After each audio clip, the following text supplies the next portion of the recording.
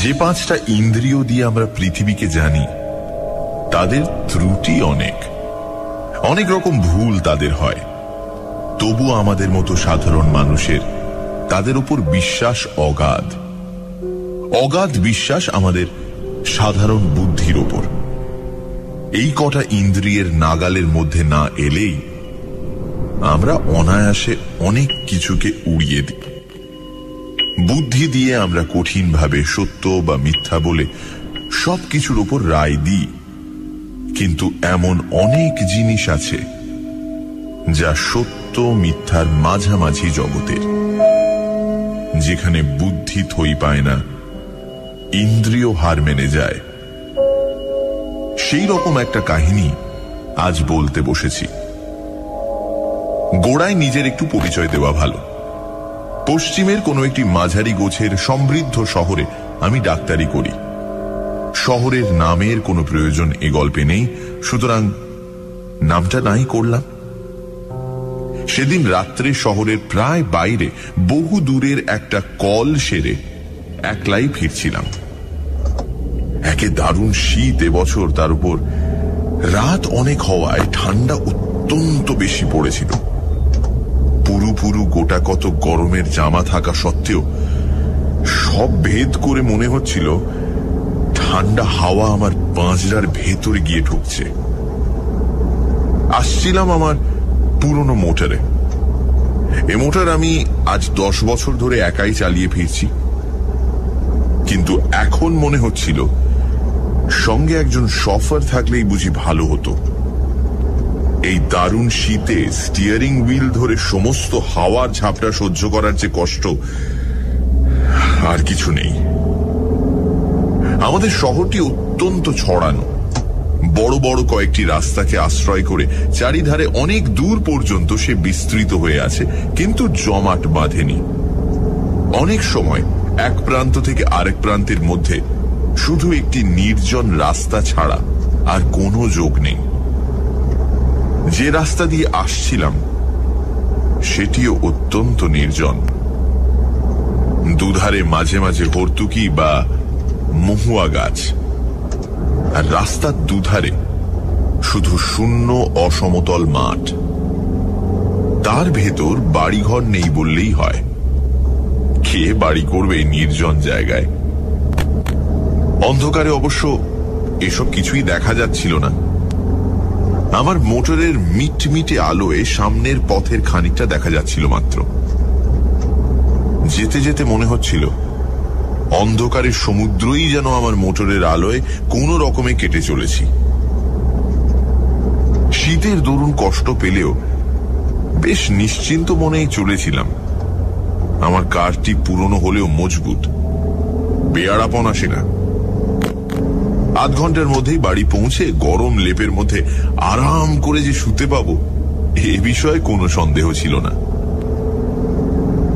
অন্ধকার রাস্তার নিস্তব্ধতার উপর শব্দের ঢেউ তুলে আমার মোটর চলেছে দ্রুত গতিতে। নিজেকে যথাসম্ভব ঢাকাঢুকি দিয়ে রেখে ভেতরে বসে আমি শুধু আমার গরম বিছানাটার আরামের কথাই ভাবছি। ডাক্তারদের মতো পরাধীন আর কেউ নয়। তবু মনে হচ্ছিল একবার বাড়িতে পৌঁছতে পারলে প্রাণের দায় ছাড়া শুধু পয়সার জন্য আর আমায় কেউ বের করতে পারবে না। এখন কোনো রকমে 20-25 মিনিট কাটলেই হয়। কিন্তু হঠাৎ অপ্রত্যাশিত এক ঘটনায় সুখ স্বপ্ন আমার ভেঙে গেল। আমার একান্ত সুস্থ সবল মোটর থেকে থেকে কেমন অদ্ভুত একরকম ধাতব আর্তনাদ করতে শুরু করেছে। মোটরের এরকম আচরণের কোনো কারণই খুঁজে পেলাম না। আজ দুপুরেই আমার মোটরের ভালো রকম সেবা শুশ্রূষা হয়ে গেছে। কোন রকম রোগের আভাস তার ভেতর তখন ছিল না। হঠাৎ তার এরকম আকস্মিক বিকারের কারণ তবে কি? এই দারুণ শীতের রাত্রে অন্ধকার নির্জন এই পথের মাঝে মোটরের এই বেয়াড়াপনায় সত্যি ভীত হয়ে উঠলাম। এখনো প্রায় 7-8 মাইল পথ বাকি। রাস্তার মাঝে মোটর সত্যি অচল হয়ে গেলে করব কি? এই রাত্রের ডাকেও সঙ্গে লোক না আনার নির্বুদ্ধিতার জন্য এবার নিজের উপরই রাগ হচ্ছিল। সঙ্গে একজন লোক থাকলে তবু বিপদে অনেক সাহায্য পাওয়া যেত। দেখতে দেখতে মোটরের আর্তনাদ আরো বেড়ে উঠল। সঙ্গে সঙ্গে মোটরের বেগও মন্থর হয়ে আসছে বুঝতে পারলাম। মোটর চালনার সমস্ত বিদ্যা প্রয়োগ করেও সুরাহা কিছু করতে পারলাম না। কাতরাতে কাতরাতে খানিক দূর গিয়ে আমার মোটর হঠাৎ রাস্তার মাঝে এক জায়গায় একেবারে থেমে গেল, আর তার নড়বার নাম নেই। চেষ্টার আমি তখনও ত্রুটি করলাম না, কিন্তু আমার পীড়নে অস্ফুট ভাবে একটু কাতরোক্তি করে ওঠা ছাড়া আর কোনো সাড়া সে দিল না। ভয়ে দুর্ভাবনায় সত্যি তখন আমার সমস্ত দেহ আড়ষ্ট হয়ে এসেছে। মোটর ফেলে এই দারুণ শীতের মাঝে 7-8 মাইল জনহীন পথ হেঁটে যাওয়ার কথা তো কল্পনা করা যায় না। এই মাঠের মাঝে মোটরে সারা রাত কাটানো অসম্ভব। এখন উপায়? ডাক্তার বাবু! হঠাৎ বুকের ভেতর হৃৎপিণ্ডটা যেন লাফিয়ে উঠল। এই জনশূন্য পথে এমন সময় কে ডাকলে? আবার শুনতে পেলাম, ডাক্তার বাবু। এদিক ওদিক অন্ধকারে তীক্ষ্ণ দৃষ্টি নিক্ষেপ করে এবার দেখতেও পেলাম পথের ধারে ঝাঁকড়া একটা গাছের পাশে আবছা একটি দীর্ঘ শীর্ণ মূর্তি দেখা যাচ্ছে। হঠাৎ এমন জায়গায় কেমন করে তার উদয় হলো বুঝতে না পারলেও সাড়া দিয়ে বললাম, কে তুমি? মনে তখন আমার একটু আশার রেখাও দেখা দিয়েছে। তার আবির্ভাব যেমনই বিস্ময়কর হোক না কেন, লোকটার কাছে সাহায্য পাওয়ার সম্ভাবনা তো আছে। লোকটা সেই জায়গা থেকেই বললে, আমায় চিনবেন না আপনি? চেনবার জন্য আমি তখন ব্যস্ত নই, আমার সাহায্য করবার জন্য একজন লোক তখন দরকার মাত্র। সেই কথায় আমি তাকে বলতে যাচ্ছি, এমন সময় লোকটা আবার বললে, আপনাকে একটু আসতে হবে ডাক্তারবাবু, ভারী অসুখ একজনের। এমন সময় এই অনুরোধে বিরক্ত যেমন হলাম, আশ্চর্য হলাম তেমনি। ঠিক এই সময় রাস্তার ঠিক এই জায়গায় রুগী কি আমার জন্য তৈরি হয়ে বসেছিল? লোকটা আমার মনের কথাই যেন আঁচ করে বললে, হে ভগবানের দয়া ডাক্তারবাবু, এমন সময় আপনাকে এখানে পাবো স্বপ্নেও ভাবিনি, অথচ না পেলে কি বিপদই সে হতো। বেশি কথাবার্তা তখন আর ভালো লাগছিল না। একটু বিরক্ত হয়েই বললাম, কোথায় তোমার রুগী? লোকটা এবার নিঃশব্দে অন্ধকারের ভেতর একদিকে হাত বাড়িয়ে নির্দেশ করল। সেদিকে চেয়ে দেখলাম সত্যি দূরে একটা বাড়ির আলো যেন দেখা যাচ্ছে। এরকম নির্জন প্রান্তরের মাঝে এরকম বাড়ি খুব কমই থাকে। হঠাৎ এরকম জায়গায় এমন সময়ে যাওয়াও একটু বিপজ্জনক। তবে শত্রু আমার কেউ তো নেই, এবং সঙ্গে টাকা কড়িও নিতান্ত সামান্য, এই যা ভরসা। একটু ভেবে নিয়ে জিজ্ঞাসা করলাম, কি অসুখ? উত্তর এলো, জানি না ডাক্তারবাবু, কিন্তু অত্যন্ত সঙ্গীন অবস্থা। তাড়াতাড়ি না গেলে বোধহয় বাঁচানো যাবে না। দোহাই আপনার, চলুন ডাক্তারবাবু। কোথায় নিজের বিপদ সামলাবো, না হঠাৎ রাস্তার মাঝে মাঝরাতে যেতে হবে পরের চিকিৎসায়? তবু ডাক্তার মানুষ, জীবন মরণের সমস্যা শুনলে চুপ করে বসে থাকতে পারা যায় না। বাধ্য হয়েই তাই বললাম, চলো।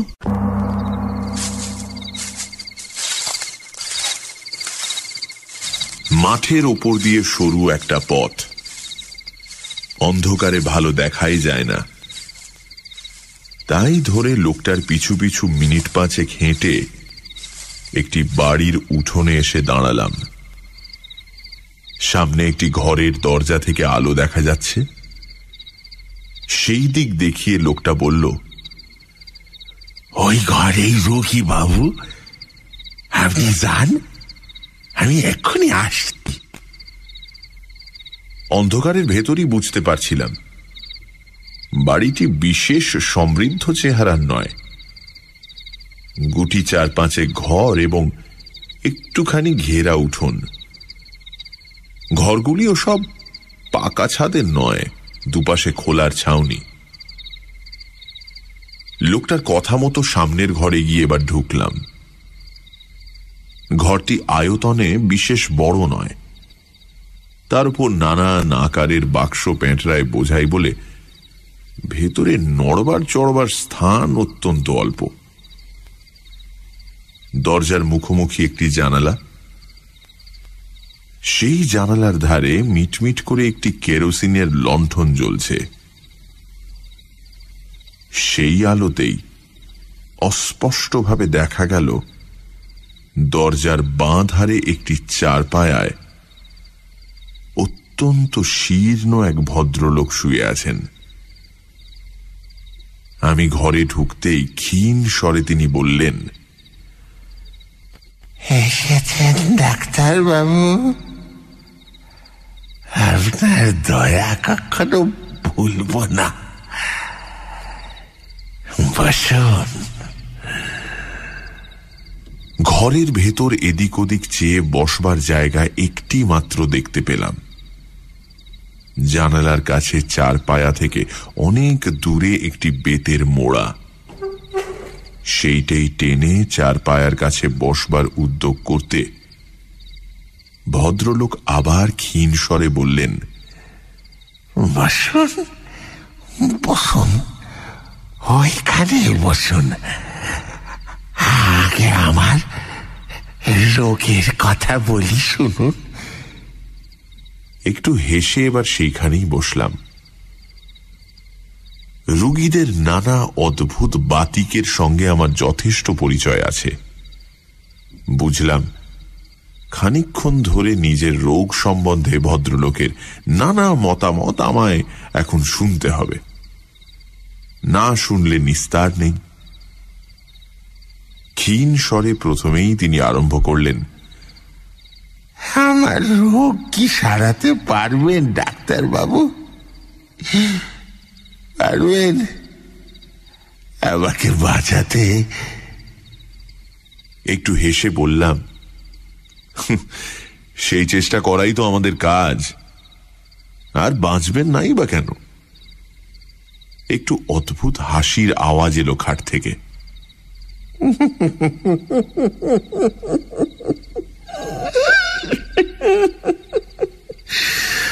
বাঁচিতে পারি তাহলে ডাক্তার বাবু? কেমন? বললাম, পারেন বই কি। কি এমন হয়েছে আপনার? না, তেমন আর কি হয়েছে। ভদ্রলোক আবার যেন হাসলেন, তারপর বললেন, ডাক্তারদের অনেক ক্ষমতা, না? কিন্তু ধরুন তাতেও যদি না বাঁচি, যদি আজ রাত্রেই মারা যায়,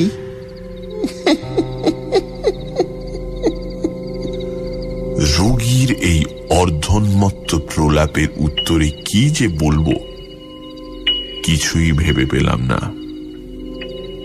মনে মনে তখন এই বিলম্বের জন্য অস্থির হয়ে উঠছি। রোগী আবার বললেন, যদি আপনি থাকতে থাকতেই মারা যায় ডাক্তারবাবু, কি হবে তাহলে? কে আপনার ফি দেবে?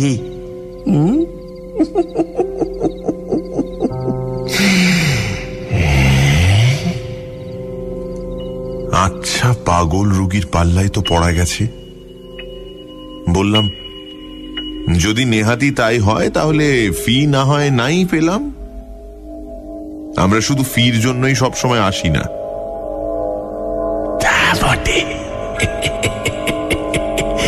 তা বটে। পৃথিবীতে ভালো লোক, পৃথিবীতে মনুষ্যত্ব তাহলে এখনো আছে না ডাক্তারবাবু? কিন্তু ফির ব্যবস্থা আমি করে রেখেছি ডাক্তারবাবু। হঠাৎ যদি মরে যাই তাহলে ওই বাক্সটি খুলে ফেলবেন, বুঝেছেন ডাক্তারবাবু? ওই বেতের ছোট্ট বাক্সটি, ওই বাক্সটি। ভদ্রলোকের স্বর আরো মৃদু হয়ে এলো। ওই বাক্স থেকে আপনার প্রাপ্য টাকা নেবেন, আরো একটা জিনিস নেবেন ডাক্তারবাবু। বলুন, নেবেন তো? একটু বিরক্ত হয়েই বললাম, কি? কিছু না ডাক্তারবাবু, কিছু না। একটা কাগজ, কিন্তু ভয়ানক দরকারি কাগজ। এই কাগজ যে ওখানে আছে শুধু আমি জানি, আর আপনি এখন জানলেন, আর কেউ জানে না। জানলে আর ওখানে ওটা থাকতো না।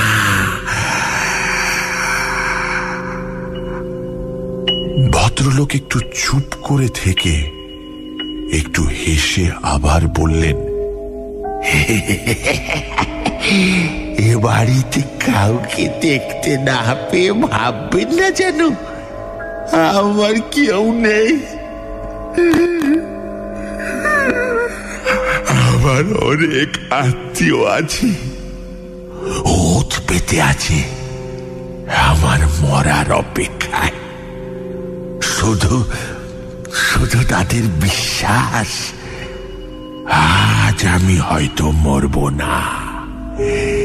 তাদের বিশ্বাস মরবার আগে আর আমি কিছু করব না, তারাই পাবে সব।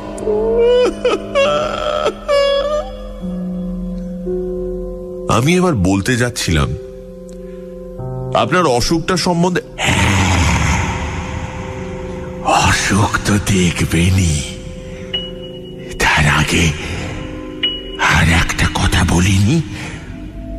ওই কাগজটি আমার উইল ডাক্তারবাবু, আমার ছেলের নামে উইল। সে ছেলেকে আমি ত্যায্য পুত্র করেছিলাম একদিন। কোথায় আছে তাও জানি না, কিন্তু জানেনি তো, রক্ত জলের চেয়ে ঘন। আর বেশিক্ষণ অপেক্ষা করা যায় না। মোড়া থেকে উঠে পড়ে আমি বললাম, এইবার আমি দেখতে পারি? খাট থেকে আওয়াজ এলো, দেখুন। আমি খাটের কাছে এগিয়ে গিয়ে রোগীর নাড়ি দেখবার জন্য হাতটা তুলে ধরলাম, এবং পর মুহূর্তেই সেই দারুণ শীতের ভেতরও আমার সমস্ত দেহ ঘেমে উঠল। সে হাত ঠান্ডা। রোগী মৃত। শুধু মৃত হলে এতখানি আতঙ্কের আমার বোধহয় কারণ থাকতো না, কিন্তু ব্যাপার যে আলাদা। ডাক্তারি শাস্ত্রে যদি কিছু সত্য থাকে, তাহলে এই রোগী এইমাত্র কখনোই মারা যায়নি। তার মৃত্যু হয়েছে অনেক আগে,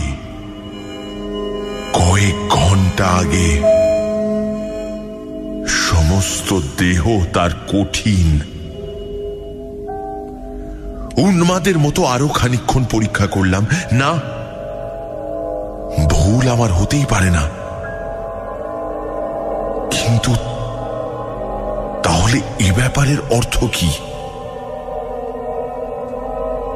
তখন কিন্তু স্থিরভাবে কোনো চিন্তা করবার আর আমার ক্ষমতা নেই। আতঙ্কে আমার বুকের স্পন্দন পর্যন্ত যেন থেমে আসছে। হঠাৎ জানালার কাছে বাতিটা দপ দপ করে নেচে উঠল। সেটা একবার নেড়ে দেখলাম, তাতে তেল এক ফোঁটাও নেই। প্রান্তরের মাঝে নিস্তব্ধ নির্জন বাড়িতে এই ভয়ঙ্কর অবস্থায় আমি একা।